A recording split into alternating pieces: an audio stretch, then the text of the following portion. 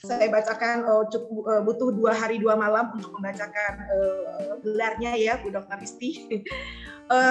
Ibu Dr. Istianingsih Sasrodiharjo, SE MSMAK, CA, CSRS, CSRA, CMA, CBV, CAP. Ya, beliau adalah Dekan Fakultas Ekonomi dan Bisnis Universitas Bayangkara Jaya. Kelahiran 18 Oktober 1971 di Purworejo. Ini berlian yang mutiaranya Purworejo. Beliau 91 itu salah ketik. Oh salah ya. 17 tahun ya Bu Dr. Istianingsih ya. Alamat rumah di Harapan Regensia, boleh datang ke sana kayaknya nih di Harapan Bekasi ya. Pendidikan beliau adalah postdoktoral Murdoch University di Perth, Australia. Kemudian S3 Doktor Ilmu Akuntansi PPIA Fakultas Ekonomi Universitas Indonesia. Kemudian S2 Pasca Sarjana Ilmu Akuntansi PPIA Fakultas Ekonomi Universitas Indonesia. S1-nya adalah Akuntansi Fakultas Ekonomi Universitas Mercu Buana Jakarta. S1-nya Manajemen Fakultas Ekonomi Universitas Terbuka. Aktivitas beliau saat ini adalah sebagai Dekan Fakultas Ekonomi dan Bisnis Universitas Bayangkara Jaya. Kemudian beliau sebagai Direktur Utama PT Karisma Mitra Data Sinergi. Beliau juga CIO-nya Karisma Consulting untuk manajemen dan bisnis akuntansi, serta aktif sebagai di berbagai organisasi. Salah satunya adalah sebagai salah satu pengurus organisasi Ikatan Sarjana Ekonomi Indonesia ISI, yaitu singkatnya dari beliau ya. Oke, kepada Bu Dr. Istianingsih, tidak berlama lagi, silahkan Bu memberikan paparannya untuk para audiens. Luar biasa, kita sambut Bu Dr. Istianingsih Sasrodiharjo. Terima kasih Ibu Moderator yang cantiknya hampir ngalahin saya. Baik, terima kasih. Assalamualaikum warahmatullahi wabarakatuh. Yang terhormat Prof. Suharyadi, Prof. Tatang, ada Bu Dr. Dewi, Ibu Moderator yang luar biasa, Bapak Ibu peserta webinar, dan adik-adik mahasiswa, juga pembicara yang kedua nanti, Pak Lutfi yang juga masih setara saya kira ya, tadi milenial juga 17-an gitu, enggak lah kalau Pak Lutfi 17, saya 27. Terima kasih banyak sudah berkenan hadir di ruang maya kita pagi hari ini, dan saya sangat berbahagia sekali bisa berjumpa dengan teman-teman semua, terutama para peserta yang luar biasa dari Sabang sampai Merauke. Ini kalau saya lihat ini tadi pesertanya bukan hanya adik-adik mahasiswa, tapi juga banyak sekali teman-teman dosen. Ada beberapa profesor juga yang berkenan hadir menjadi peserta untuk acara webinar kita kali ini dari beberapa universitas yang sangat ternama tentunya. Jadi saya sangat berterima kasih, dan semoga apa yang saya sampaikan bisa sedikit memberikan pencerahan, tapi tadi sebenarnya sebagian besar sudah disampaikan sama Prof. Tatang. Jadi saya sebenarnya tinggal summary dan wassalamualaikum sebenarnya ya. Baik, izinkan saya untuk share materi, atau panitia yang mau share silahkan. Panitia atau saya? Oh, panitia, baik, terima kasih. Oke, baik, terima kasih. Jadi sesuai dengan arahan teman-teman panitia dari Undira, ini webinar kita judulnya adalah tadi peran artificial intelligence pada profesi akuntansi. Jadi PPT-nya saya kasih judulnya kecerdasan buatan dan masa depan akuntan gitu, biar lebih puitis sedikit gitu ya. Jadi apa sebenarnya yang ingin saya sampaikan di sini? Sebagian besar tadi sudah di-capture oleh Prof. Tatang Arigumanti, tidak jauh berbeda, intinya bahwa kita memang kalau melihat film-film fiksi tadi, kalau Prof. Tatang nonton filmnya berbeda ya. Kalau saya melihat yang terakhir itu Terminator. Terminator itu si Arnold ya bintangnya kalau nggak salah. Film yang terakhir kali saya tonton sebelum kena pandemi. Nah, itu di film tersebut ini si Arnold ini si Terminatornya ini sudah berubah menjadi manusia dan seperti manusia biasa gitu, yang sudah bahkan memiliki perasaan gitu, memiliki perasaan rasa sayang terhadap keluarganya gitu. Padahal itu sebenarnya adalah mesin. Nah, tadi sudah disampaikan Prof. Tatang sebenarnya bahwa memang film-film fiksi tersebut adalah gambaran apa yang akan terjadi di masa yang akan datang. Oke, boleh pindah ke slide berikutnya. Kita akan mulai dengan apa sih yang akan kita bahas pada hari ini. Yang pertama, latar belakang tadi sebagian besar sudah disampaikan ya, mengenai apa itu AI, apa itu kecerdasan buatan tadi, kemudian apa sih yang sudah dilakukan AI untuk akuntansi, kemudian masa depan AI seperti apa, dan bagaimana kita bisa hidup berdamai dengan artificial intelligence ini sehingga bisa mengambil manfaat sebanyak mungkin dari kemajuan teknologi yang sudah sangat pesat ini. Next-nya kita akan lihat bahwa tadi juga sudah disampaikan begitu pesatnya perkembangan teknologi informasi dan semua itu sebenarnya diciptakan oleh manusia dalam rangka untuk mengefisienkan pekerjaan manusia. Begitu juga di bidang akuntansi, teman-teman ya. Jadi kita mempelajari berbagai macam analisis tentang keuangan dan teknologi yang diciptakan ini seharusnya bisa kita manfaatkan. Dan si AI ini yang kemudian juga muncul sebenarnya sudah sejak lama, ini belakangan makin menggema. Kenapa? Karena makin mempengaruhi kehidupan kita sebagai akuntan.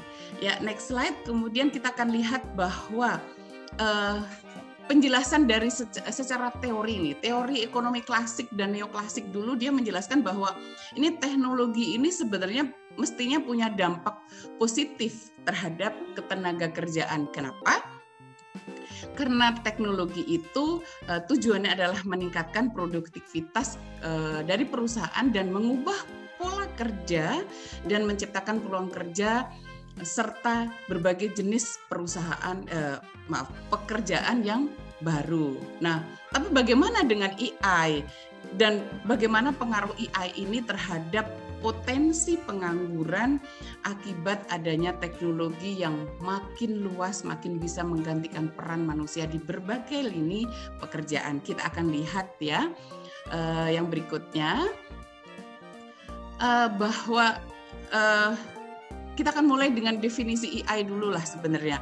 Tadi sudah disampaikan sebenarnya ya, intelligent itu berasal dari kata intelligio, ya artinya saya paham, saya mengerti gitu ya. Sementara kalau diartikan secara bebas tentu ini adalah kemampuan untuk memahami atau melakukan aksi. Nah, artificial sendiri bisa berarti buatan. Buatan artinya sesuatu yang tidak nyata, yang semu atau tiruan ya. Jadi artificial intelligence ini bisa dibilang tadi dalam bahasa Indonesia terjemahan bebasnya adalah kecerdasan buatan. Secara umum di slide berikutnya kita akan lihat definisi dari AI. Next. Yang sebenarnya sudah muncul sejak lama sekali ya. Tadi sudah disampaikan dari MIT itu tahun 1956. Mungkin Prof. Tatang sudah lahir ya, kalau saya masih jauh lah ya. Gitu. Teman-teman juga yang di sini saya tahu masih jauh gitu ya.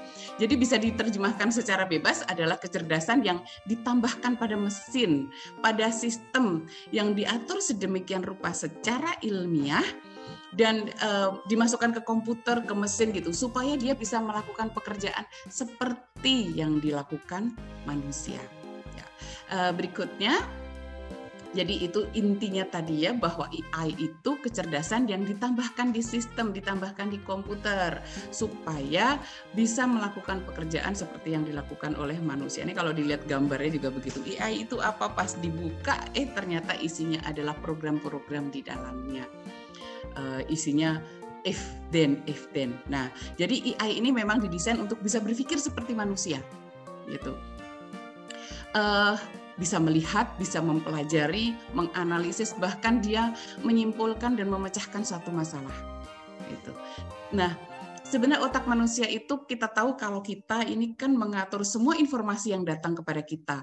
Kemudian kita gunakan data yang berasal dari informasi tersebut untuk membuat sebuah keputusan. Apa yang akan kita lakukan kemudian. Gitu. Nah, begitu juga AI ini. Didesain sedemikian rupa yang isinya itu adalah algoritma komputer. Isinya tuh protokol pemecahan masalah tadi ya, misalkan if then tadi. Kemudian yang dihasilkan itu adalah model pemikiran yang dirancang untuk memecahkan masalah yang akan terjadi apa nih di masa depan, prediksi dan sebagainya. Dan harusnya hasilnya ini lebih efisien dan bebas dari kesalahan, seharusnya seperti itu. Next kita lihat yang berikutnya. Kita tahu bahwa kehadiran artificial intelligence ini kemudian mengubah segalanya. Tadi sudah disampaikan sama Prof. Tatang juga bahwa dari hasil riset di Universitas Oxford ini, isinya itu menghasilkan bahwa ada risiko sebesar 95% pekerjaan akuntan itu diotomatisasi oleh si AI. Gitu.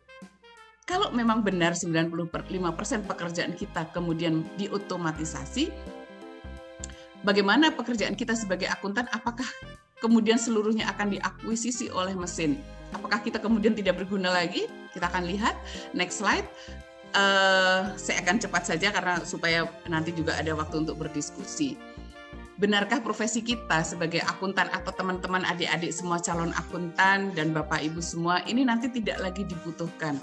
Memang benar bahwa otomatisasi itu akan mengakibatkan hilangnya beberapa pekerjaan yang sifatnya berulang, yang sifatnya sudah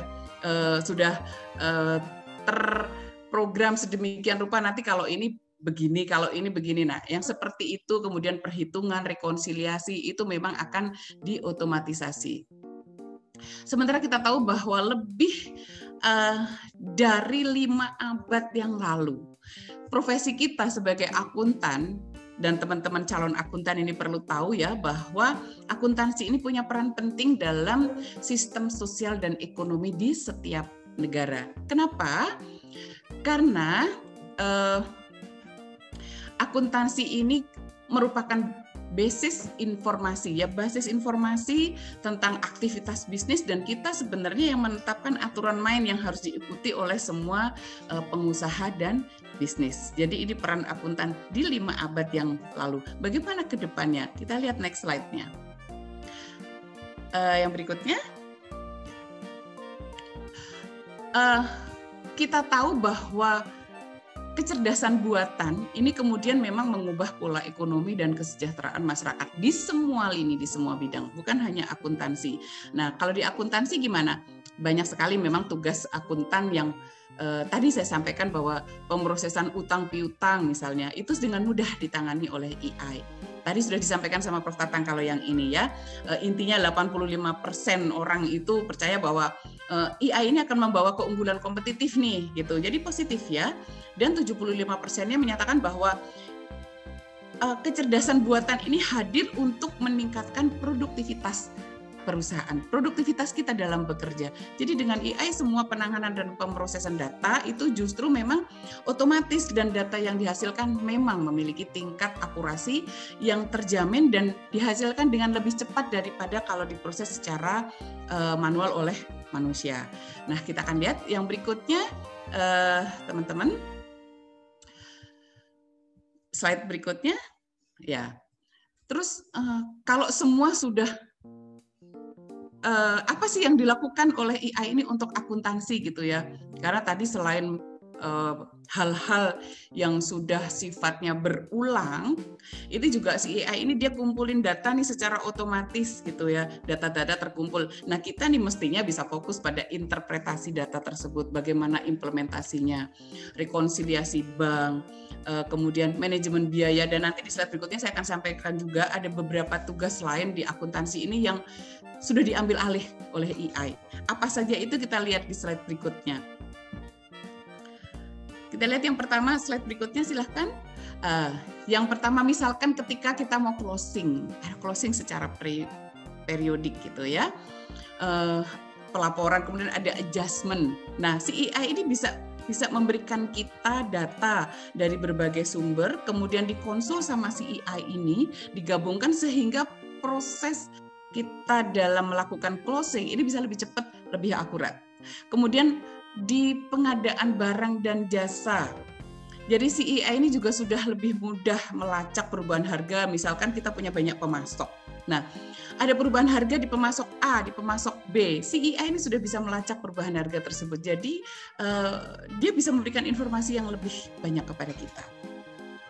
Kemudian terkait pengelolaan utang piutang pun CEI juga bisa ambil alih. Kenapa? Karena mereka bisa memproses utang piutang dengan lebih cepat, lebih mudah. Kenapa? Mereka sudah tahu nih alur kerja digitalnya seperti apa. Nah, kalau di bidang audit lebih revolusioner lagi, revolusioner, agak keselio-selio ya.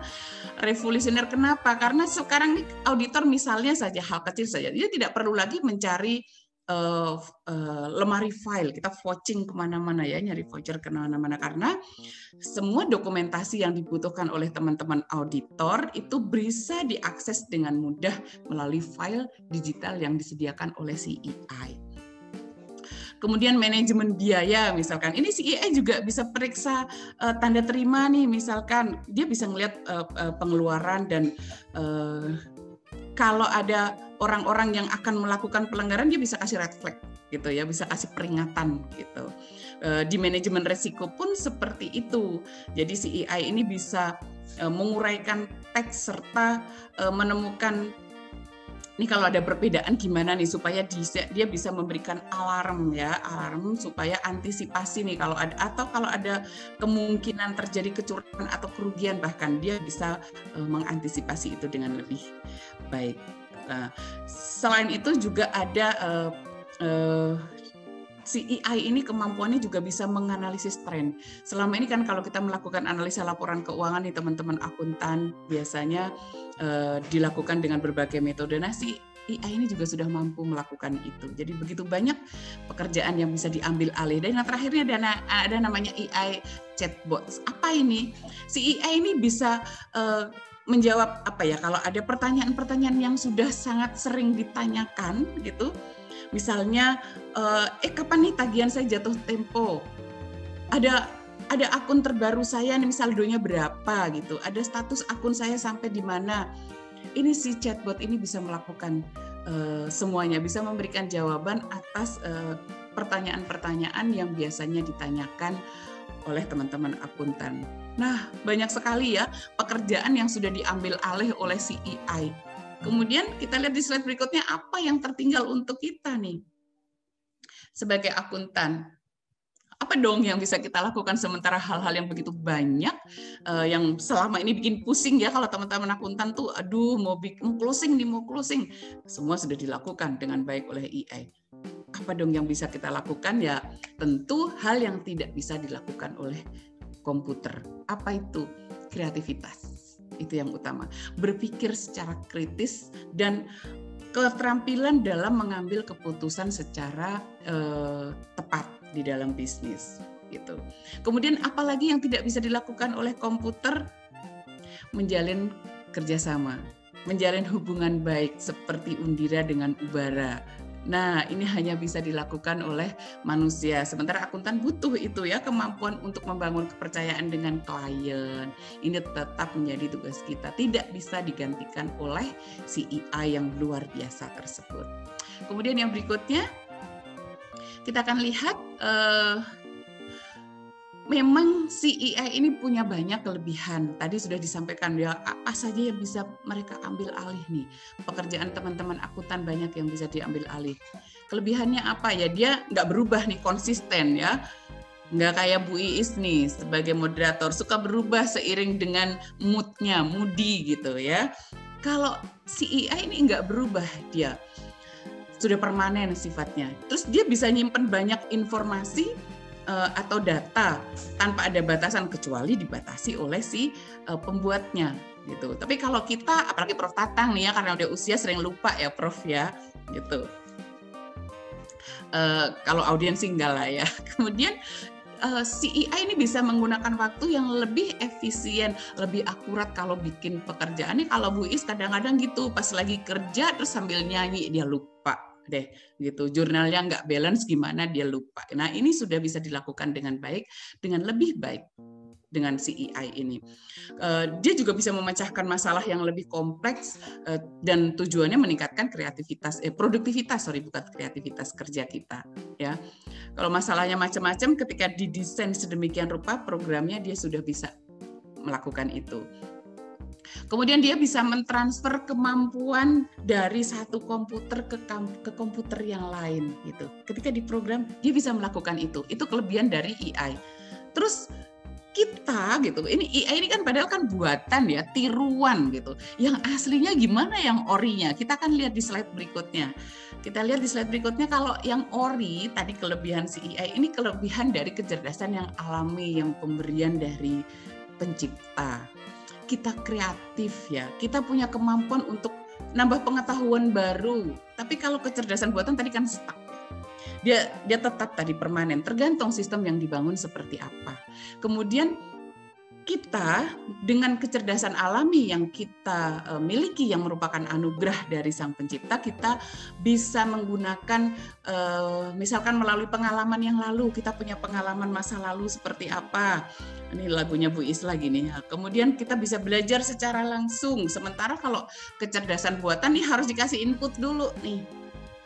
Kasih masukan dulu sama si programmernya, baru dia bisa melakukan itu ya, namanya juga tiruan ya. Kemudian hal lain lagi yang juga menjadi kelebihan kita, kalau manusia itu punya yang namanya common sense ya, nggak sekedar proses sebuah informasi tapi mengerti akan informasi tersebut. Jadi kalau kecerdasan buatan bisa sih mengerti tapi sangat terbatas, tergantung dari input yang disampaikan oleh si programmer. Oke, yang next, yang berikutnya kita akan lihat. Kita akan lihat dari zaman dulu sampai sekarang gitu ya. Bagaimana sebenarnya teknologi ini mempengaruhi karir akuntan. Ini kalau kita bicara nih berkat teknologi kita ada facelift. Facelift itu bukan hanya untuk muka kita supaya lebih cantik, lebih muda 3 hari gitu di facelift ya, zaman sekarang banyak sekali kan di luar sana gitu. Tapi di industri akuntansi pun ini banyak kita jumpai yang namanya facelift tadi ya. Pertama dulu ketika hadir kalkulator elektronik, dulu kan kalau nulis misalkan nggak pakai kalkulator, menghitung, menjumlahkan. Nah, dengan hadirnya kalkulator zaman dulu pun ini dianggap sebagai sebuah revolusi di dunia akuntansi dulu sekali. Kemudian di akhir tahun 60-an ketika ada software akuntansi misalkan sudah mulai ada belum software akuntansi ya, masih misalkan pakai spreadsheet, pakai belum Excel bahkan ya, kalau 60-an itu zaman Prof Tatang zaman dulu gitu ya. Kalau kita di dulu nggak kenal ini ya, kita belum lahir teman-teman ya. Nah ini juga sudah dianggap sebagai revolusi juga gitu. Dan terakhir ketika internet makin populer, ada cloud computing, kemudian ada ERP yang kita kenal ya, Enterprise Resource Planning, yang mengintegrasikan berbagai sistem informasi yang ada di dalam perusahaan. Ini juga kemudian menjadi tonggak sejarah gitu dari perkembangan dunia akuntansi. Kita lihat ya dari dulu sampai sekarang. Kita lihat ya next slide berikutnya teman-teman.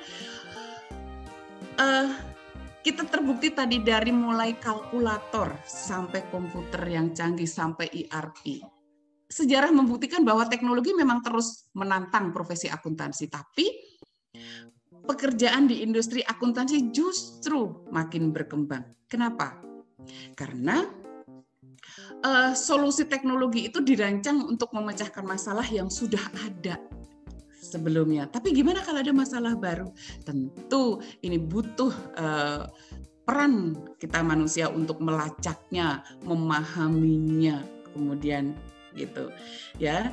Jadi sudah terbukti bahwa dari dulu hingga sekarang, meskipun sedemikian dahsyat seperti apa ketika itu sesuatu teknologi itu muncul dan menentang profesi akuntansi, tetap saja profesi akuntansi justru makin berkembang. Kita lihat next slide yang berikutnya. Ini ada beberapa, kalau orang itu kan macam-macam sifatnya ya. Ini saya ingin menjelaskan ada beberapa skenario yang terkait pola pikir dan cara pandang seseorang, slide-nya agak buram ya, terhadap kehadiran si AI ini, gitu. Ya sudah jernih, terima kasih operatornya, luar biasa, fast respon. Ini juga kecanggihan dari teknologi ini luar biasa ya. Jadi pandemi justru menghadirkan kita bisa hadir bersama-sama dengan teman-teman yang ribuan jumlahnya, belum lagi teman-teman yang menyaksikan live di YouTube ya. Ada skenario, kalau saya buat ini ada skenario, 4 skenario sifat kita ketika menghadapi kemajuan di bidang teknologi terutama di AI. Ada orang yang optimis, yang pertama nih kita lihat. Optimis, kalau orang optimis dia bilang apa? Robot ini memang sepenuhnya menggantikan manusia di tempat kerja mereka. Jadi optimisme nanti bisa diartikan sendiri ya seperti apa sebenarnya. Kemudian kalau orang optimis ini bilang ini manusia enak nih tinggal menghabiskan waktu luangnya untuk kegiatan yang santai-santai gitu kayak di pantai, mengerjakan apa yang memang kita inginkan gitu.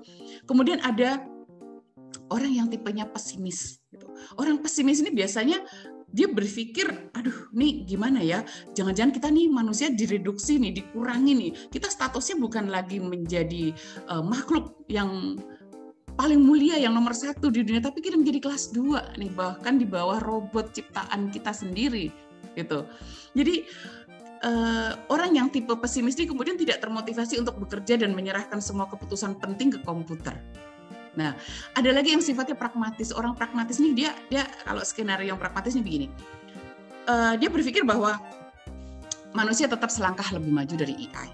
Kemudian manusia akan memanfaatkan kekuatan komputer dan menambah keterampilan dan dalam pengambilan keputusan. Nah, yang terakhir nih skeptis nih.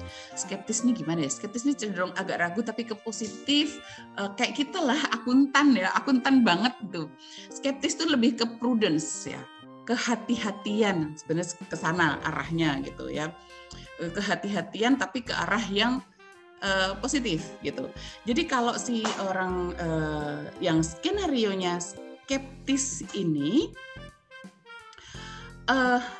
intinya dia bisa dia bisa mengatakan bahwa ini tidak akan menjadi ancaman ini gitu bagi manusia.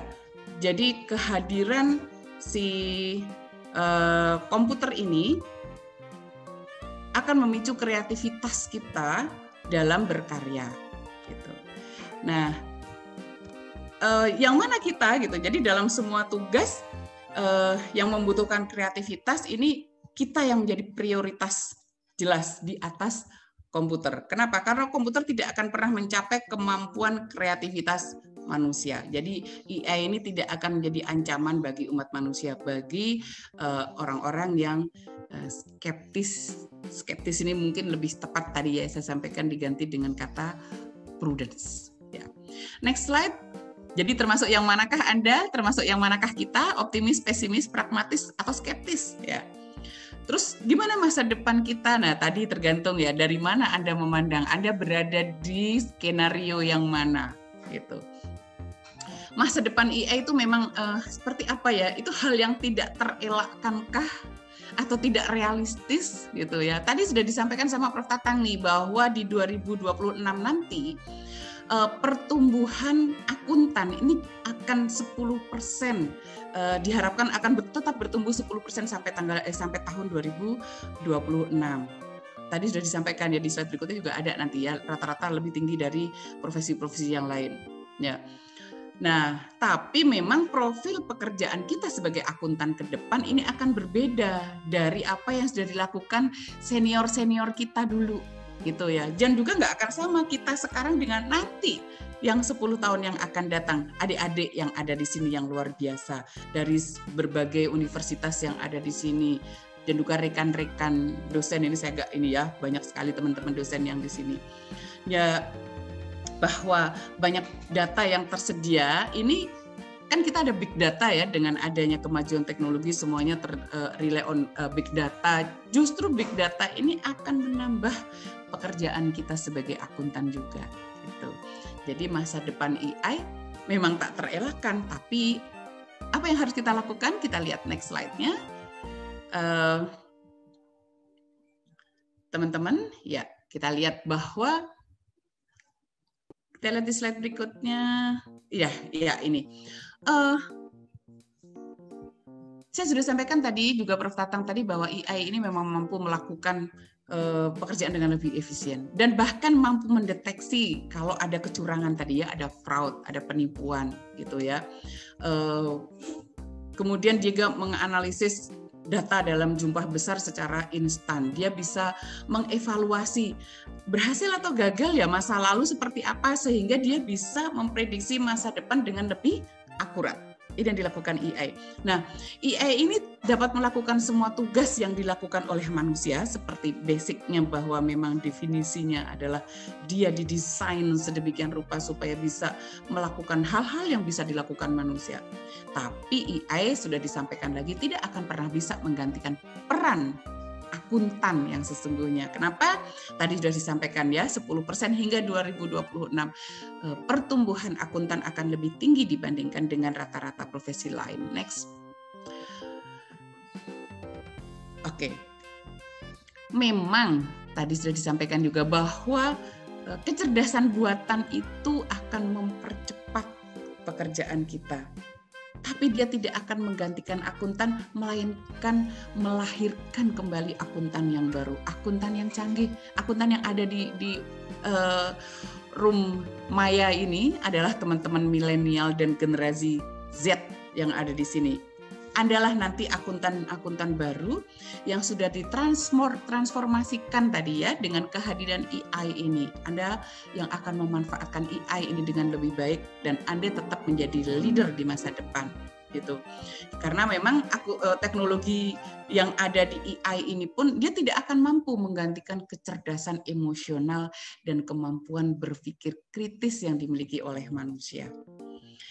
Dan AI ini tentu harus bisa kita manfaatkan, at least ini menurut ICAW tahun 2017 itu menyatakan bahwa AI ini mendukung pengambilan keputusan dengan adanya data tadi ya. Mereka menyediakan data dalam jumlah yang lebih banyak, lebih baik, lebih murah. Kemudian analisis data lebih mendalam dan wawasan baru tentang bisnis. Dan kita sebagai akuntan, kita harus lebih fokus pada tugas yang lebih berharga lainnya gitu.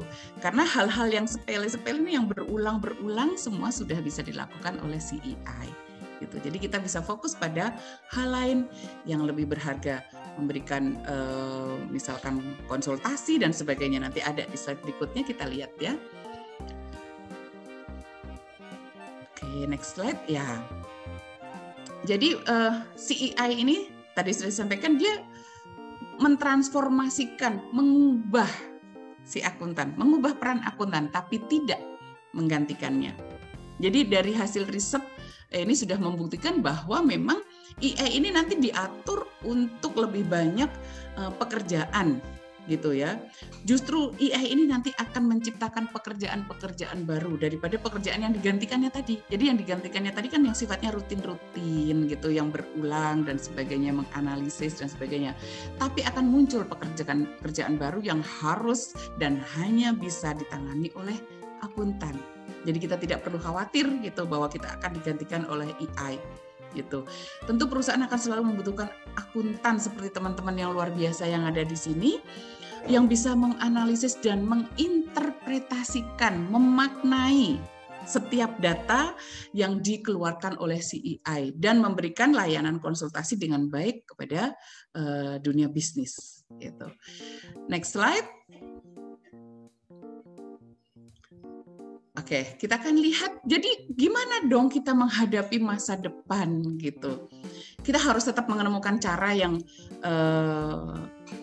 apapun dah caranya untuk memperoleh keterampilan yang tetap relevan dengan pekerjaan kita di dunia akuntansi supaya bisa menjadi konsultan yang baik ya nanti ya. Kenapa harus akuntan konsultannya? Karena akuntan yang menguasai data. karena akuntan adalah basis informasi yang tadi saya sampaikan. Dia yang pegang informasi dan pandai ya, harus pandai memaknai informasi tersebut. Tentu harus diimbangi dengan keterampilan di bidang teknologi informasi. Jadi teman-teman yang ada di room webinar ini sebenarnya teman-teman yang sudah mempersiapkan masa depan dengan baik. Ini sudah saya tulis di sini. Jadi dengan mengikuti seminar seperti ini secara online, secara mandiri seperti ini, atau ikut yang ada di perguruan tinggi, ini adalah salah satu cara Anda untuk mempersiapkan diri menghadapi masa depan sehingga kita tidak kalah dengan teknologi. Kemudian kita juga harus up to date ya, ada apa nih yang baru, teknologi yang muncul gitu, sehingga tidak mempertahankan cara lama gitu, tidak bekerja dengan cara kita yang lama, tapi dengan cara baru. Nah, teman-teman yang ada di sini nih sebagian besar ini adalah teman-teman dari generasi milenial dan generasi Z ya, tadi yang disampaikan Prof. Suharyadi sebagai bonus demografi. Ini adalah teman-teman yang menguasai teknologi. Jadi ke depan tentu teman-teman inilah yang akan menjadi leader di bidang akuntansi. Kita lihat next slide-nya. Apalagi yang harus kita persiapkan sebagai akuntan, tentu teknologi akuntansi ya, keterampilan teknologi akuntansi.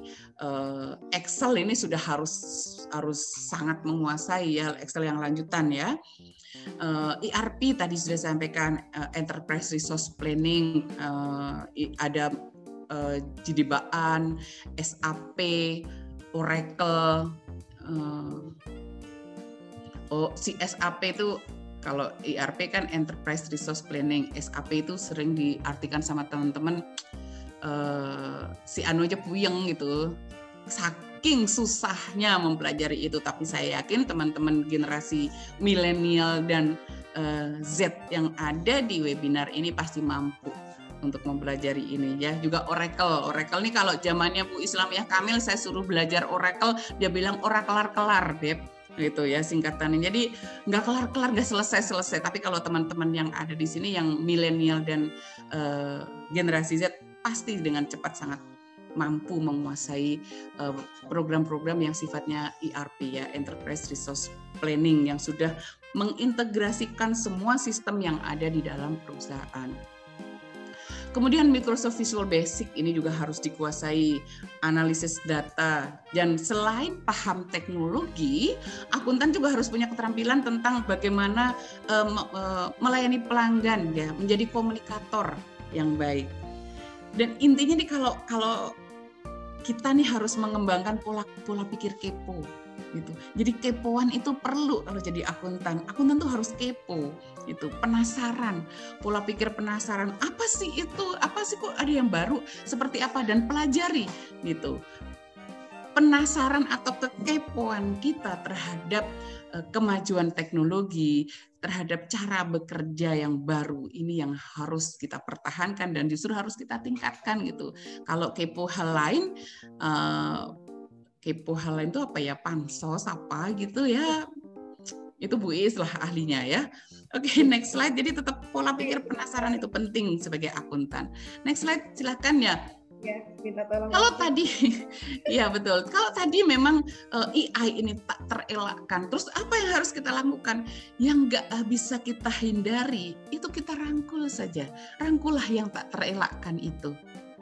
Jadi kita tidak usah bersaing dengan AI, tapi berdamai dengannya. Kita adopsi ini. Tadi saya sampaikan ini, generasi yang ada di ruangan ini nih tumbuh dengan teknologi. Setiap hari bangun tidur mungkin udah gadget ya, udah pegang HP gitu, udah pegang semua gadget, semua medsos apapun itu media itu sudah dikuasai oleh teman-teman yang ada di sini. Jadi teman-teman nanti yang sudah saya sampaikan tadi yang akan menentukan ini dengan siapa nih saya harus berbisnis berdasarkan penawaran layanan terbaik yang diberikan. Jadi Anda juga harus bisa memberikan tawaran layanan terbaik terhadap komunitas bisnis gitu. Jadi pekerjaan akuntansi di masa yang akan datang ini tetap tumbuh ya, dan butuh profesional seperti teman-teman yang menguasai teknologi ini, yang berdedikasi, yang siap berkembang bersama industri. gitu. Dan ada istilah ya, ketika satu pintu tertutup, pintu lain akan terbuka. Ketika pekerjaan yang sifatnya rutin tadi sudah dilakukan semua oleh AI, maka akan terbuka pintu lain untuk teman-teman akuntan. Apa itu? Sebagai konsultan, analis perilaku pelanggan, dan ini harus akuntan yang melakukan. Kenapa? Karena akuntan tadi saya sampaikan sebagai penguasa basis data. Itu peluang baru ini, kekuatan analitik dari seorang akuntan milenial yang tumbuh bersama teknologi menjadi konsultan yang profesional. Pembicara yang selanjutnya ini juga milenial sekali ya, kalau saya lihat usianya beda 1 tahunan lah ya sama kita gitu ya. Jadi menjadi penasihat bisnis di pasar yang kompetitif ini harus dilakukan oleh teman-teman akuntan yang milenial yang paham teknologi gitu ya. Next, kita sudah hampir di penghujung. Next slide. Saya nggak mau lama-lama, sebenarnya tadi sudah tinggal wassalamualaikum tadi ya gitu. Nah, ini karena banyak teman-teman dosen yang hadir di ruang maya ini, saya ingin menyampaikan juga bahwa kita harus merangkul yang tak terelakkan nih. Kalau membuat judul seminar atau webinar, kadang-kadang kan gini, misalkan judulnya tuh bombastis gitu ya, The End of Accounting gitu. Masa depan akuntansi yang tak ada lagi, padahal isinya sebenarnya mengencourage bahwa akuntansi itu akan tetap ada. Nah, mungkin bagi sebagian orang judul-judul yang bombastis seperti itu akan dibaca apa adanya gitu. Nah, mungkin buat teman-teman yang nanti mau bikin webinar atau apa, buat judulnya itu yang positif gitu, bahwa AI ini memang kita bisa manfaatkan gitu ya. Kecerdasan buatan ini adalah manfaat besar buat akuntan, jadi bisa kita manfaatkan untuk ke depan. Nah, pendekatan multidisipliner bahkan interdisipliner ini, seluruh kurikulum prodi ini harus dirombak memang. Jadi harus memasukkan IT kita ya, harus memasukkan IT. Dan sebenarnya Mas Menteri ini keren sekali ya, Pak Mendikbud ini dengan adanya MBKM, Merdeka Belajar Kampus Merdeka. Ini juga kan yang mewajibkan mahasiswa untuk belajar di luar prodinya, ini sangat bermanfaat untuk mengantisipasi kemajuan teknologi ini. Jadi teman-teman mahasiswa akuntansi harus dibekali juga dengan pengetahuan tentang IT gitu. Jadi dan IT pun juga perlu akuntan. Jadi misalkan programmer mau membuat sistem informasi akuntansi, tanpa teman-teman akuntan, mereka nggak bisa juga gitu. Karena apa? Alurnya yang paham itu teman-teman akuntansi gitu. Sekedar cerita dulu, saya pernah membuat itu sistem informasi akuntansi yang saya percayakan kepada teman-teman IT.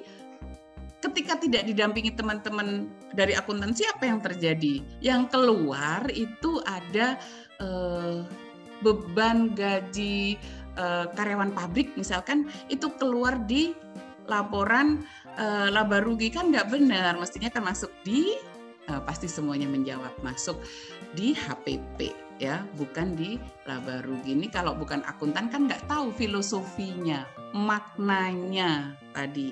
Ini kelebihan akuntan.